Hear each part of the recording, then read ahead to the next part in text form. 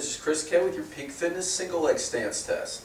For this single leg stance test, we're simply going to ask the client to stand on one leg, raise their knee up slightly above their waist, and hold for a period of 10 seconds.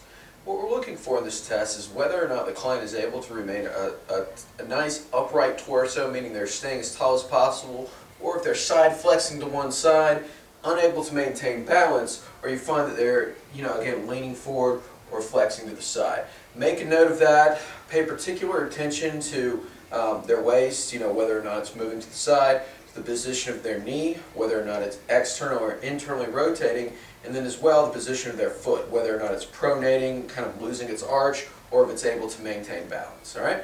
From here, we're going to ask the client. We would ask them to do it on both sides.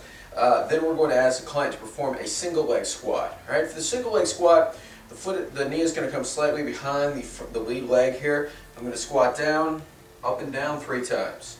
All right, what I'm looking for, once again, is whether or not the client is able to maintain balance, the position of the knee, whether it internally rotates as they're coming down. It kind of looks like there's a bit of a collapse here, or if they're able to track straight over the toe. Make note of that. Look at the waist, watch whether or not it collapses in as they're coming down, or again, if it stays nice and straight while the knee tracks over the toe.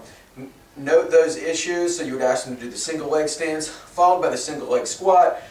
Make a note of those things that we discussed in your chart, and move on to our next test.